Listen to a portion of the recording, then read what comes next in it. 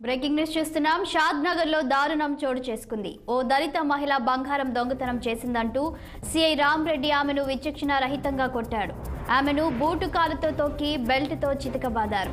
నేరం ఒప్పుకోవాలంటూ మహిళ ముందే ఆమె కొడుకుని పోలీసులు చిత్రహింసలు పెట్టారు. విషయం తెలుసుకున్న సైబరాబాద్ కమిషనర్ సిఐపై చర్యలు తీసుకునే విధంగా అడుగులు వేస్తున్నట్లు తెలుస్తోంది.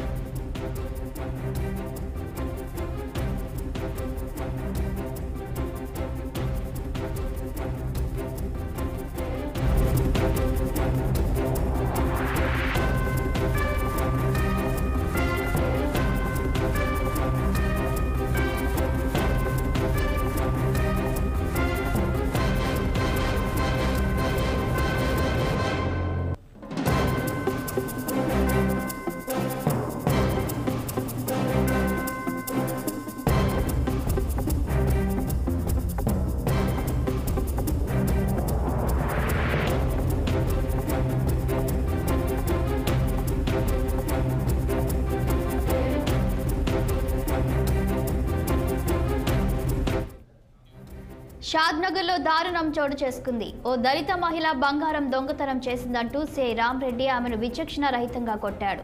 ఆమెను బూటు కాళ్లతో తొక్కి బెల్ట్ తో చితకబాదారు. నేరం ఒప్పుకోవాలంటూ మహిళ ముందే ఆమె కొడుకుని పోలీసులు చిత్రహింసలు పెట్టారు. విషయం తెలుసుకున్న సైబరాబాద్ కమిషనర్ సిఐపై చర్యలు తీసుకునే విధంగా అడుగులు వేస్తున్నట్లు తెలుస్తుంది. ఇక దీనిపై మరింత సమాచారం మా ప్రతినిధి రహీం అందిస్తారు. రహీం, చెప్పండి. ఇక షాద్ నగర్ లో ఘోరం జరిగినట్టు తెలుస్తుంది. ఒక దళిత మహిళపై పోలీసు ఎస్ఐ థర్డ్ డిగ్రీ ప్రయోగించినట్లు తెలుస్తుంది. అసలు ఈ వార్తకు సంబంధించిన వివరాలు ఏంటి? అసలు తనపై ఎందుకు ఆ విధంగా ప్రవర్తించాడు SI? Good morning Shalini. Mahabubnagar జిల్లా షాద్ నగర్ లో ఘోరం జరిగిందని చెప్పవచ్చు. ఏదైతే దళిత మహిళపై పోలీసులు థర్డ్ డిగ్రీ వహించారు. సినిమా టెక్ లో గబ్బర్ సింగ్ తరహాలో పోలీసులు బాదారని చెప్పవచ్చు. ఏదైతే బంగారు దొంగతనం ఆరోపణలో అనుమానితులపై పోలీసులు జులుం సాధించారని చెప్పవచ్చు. బంగారు దొంగతనం జరిగిందని అనుమానితులను అదుపులోకి తీసుకున్న పోలీసులు నిర్ణయంలో ఓ దళిత మహిళను మగ పోలీసులు ఏదైతే మనం చూస్తుంటామో ఆ మహిళలే మన కౌన్సిలింగ్ చేయాలన్నా ఏమైనా చేయాలన్నా మహిళలే ఉండాలి. కానీ ఇక్కడ ఒక 5 మంది ఒక మగ పోలీసులు చిత్రహింసలు గురి చేశారు. నిజం ఒప్పుకోవాలంటూ తన కొడుకు ముందే తల్లి కొడుకులను దారుణంగా కొట్టారు. కొట్టిన దెబ్బలను ఏదైతే తట్టుకోలేక స్పృహ తప్పి పడిన బాధితురాలు సునీత కూడా ఏదైతే పోలీస్ ఆవరణలోనే ఫిర్యాదు చేసిన వారి పిలిపించి తలకు అలాగే కాళ్లకు జెండు బాంబు రాయించారు. ఫిర్యాదుదారుడి కారులోనే ఏదైతే బాధితురాలను అర్ధరాత్రి హుటాహుటిగా ఇంటికి తరలించారు. ఏదైతే బాధితురాలు ఏమైనా సంఘటన జరుగుతుందని ఊహించి పోలీసులు రాత్రే అదే కారు ఏదైతే ఫిర్యాదు చేసిన కారులోనే ఇంటికి పంపించారు. మొత్తానికి చూసినట్లయితే సైబరాబాద్ పరిధిలోని షాద్ నగర్ పట్టణంలోని అంబేద్కర్ కాలనీకి చెందిన సునీత భీమయ్య ఇద్దరు దంపతులు పోలీసులు ఓ దొంగతనం ఆరోపణలపై అదుపులోకి తీసుకున్నారు. శాలిని, పక్కింట్లో నివాసం ఉంటున్న నాగేంద్రం అనే వ్యక్తి వీరిపై గత 24వ తేదీన షాద్ నగర్ పోలీస్ స్టేషన్ లో ఫిర్యాదు చేశారు. తమ ఇంట్లో బంగారు దొంగతనం జరిగిందని పోలీసులకు ఫిర్యాదు చేయడంతో సిఐ ఇన్స్పెక్టర్ రామరెడ్డి మరో 4 పోలీసులు రఫీ, మోహన్ లాల్, కర్ణాకర్, అఖిల అనే మొత్తం 5 మంది పోలీసులు సునీత భీమయ్య దంపతులను మొదటగా ఏదైతే అదుపులోకి తీసుకున్నారు. అంతేకాకుండా ఆ తర్వాత భర్త భీమయ్యను వదిలేసి పోలీసులు ఏదైతే కుమారుడు 11 సంవత్సరాల చెందిన జగదీష్ 9వ తరగతి చదువుతున్నాడు. తల్లి కొడుకులను ఇద్దరును అదుపులోకి తీసుకొని పోలీసులు తమదైన శైలిలో ఇంట్రాగేషన్ చేశారు. ఏదైతే సిఐ రామరెడ్డి సునీతను చిత్రహింసలకు గురి చేసినట్లు బాధితురాలు పేర్కొన్నారు. పోలీస్ స్టేషన్ తీసుకొచ్చి రాత్రి తనకు బట్టలు విప్పి, ఏదైతే అతి కిరాతకంగా బట్టలు విప్పి కాళ్ళ మధ్యలో కర్ర పెట్టి మరీ బూటుకాలుతో తొక్కుతూ చీర విప్పి కొట్టిన సంఘటన, కొట్టారని చెప్పి బాధితురాలైతే అంటున్నారు. అంతేకాకుండా దొంగతనం ఒప్పుకోవాలంటూ తన కొడుకు జగదీష్ ముందే ఏదైతే తల్లిని అలాగే కొడుకును కూడా బెల్ట్ తో కొట్టిన సంఘటన ఈ షాద్నగర్ లో చోటు చేసుకుంది శాలిని. మొత్తానికి చూసినట్లయితే తీవ్ర ఘటన అని చెప్పవచ్చు. అంతేకాకుండా ఈ ఘటనపై ఎస్సీ ఎస్టీ కమిషనర్ కూడా భక్తి వెంకటయ్య కూడా చూశారు. అంతేకాకుండా దళితులపై దాడులు జరిపితే సహించేది లేదని చెప్పి షాద్నగర్ మీడియా సమావేశంలో ఎస్సీ కార్పొరేట్ చైర్మన్ కూడా వహించారు. ఏదైతే సిఐని కూడా హెడ్ క్వార్టర్ కి అటాచ్ చేసినట్టు మనకు వార్తలు వస్తున్నాయి. శాలిని, రామరెడ్డి మరి దీనిపై ఏం చెప్తున్నారు?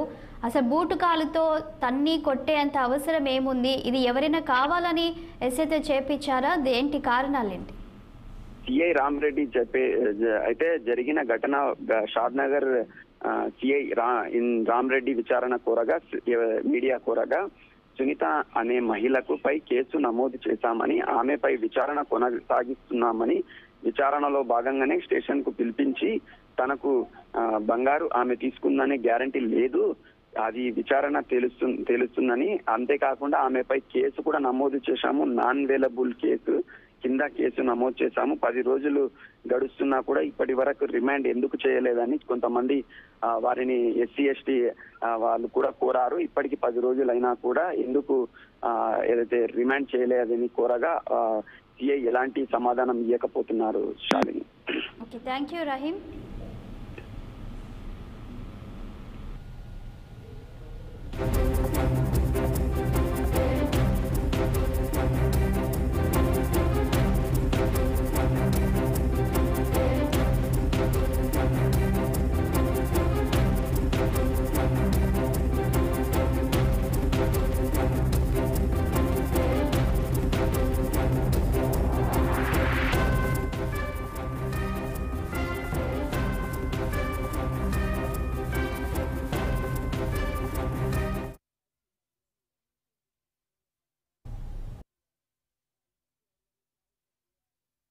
వస్తలేవు, ఇక కాళ్ళు ఇట్లా పెట్టించు, కాళ్ళ దగ్గరికి వస్తలేదు సార్, రెండిళ్ళు పెట్టించి గాజులన్నీ వీకిండ్రు, అమ్మిట్టేది తీసిండ్రు.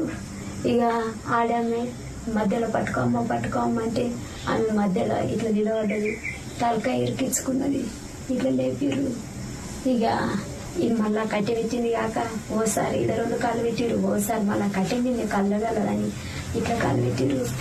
ఇక ఆ కాళ్ళకు తలిగిరు, ఇది ఇట్లా కట్టేసారు, నేను ఏం చేస్తా, ఇది ఇట్లా మూసింది, ఇంకా నేను ఏం చేస్తా సారు, అద్దెపల కోపలేక ఎవరెవరు పేరు చెప్పిందంట, నాకైతే మత్తులేదు సారు, నీ కాలు ముక్తానని ఎట్లా బయట ఏరి దొంగతనం చేసినట్టుంటే నేను ఆయన చచ్చిపోతా సార్. కానీ వాళ్ళ ఇంట్లోకి వెళ్ళి మాత్రం చక్కగా ఈక్వేరింగ్ చేసుకొచ్చి నా ఇంట్లో ఎవరు పెట్టిరు అదొక్కరు గుర్తు తెచ్చుమాను, నేను తీసినట్టుంటే నేను మీ ముందే చచ్చిపోతా సార్. నేను నైట్ తీసుకుపోయి ఫస్ట్ మా ఆయనను కొట్టినాక మళ్ళా ఆయనని బయటకు పంపించినాక నన్ను తీసుకుపోయారు.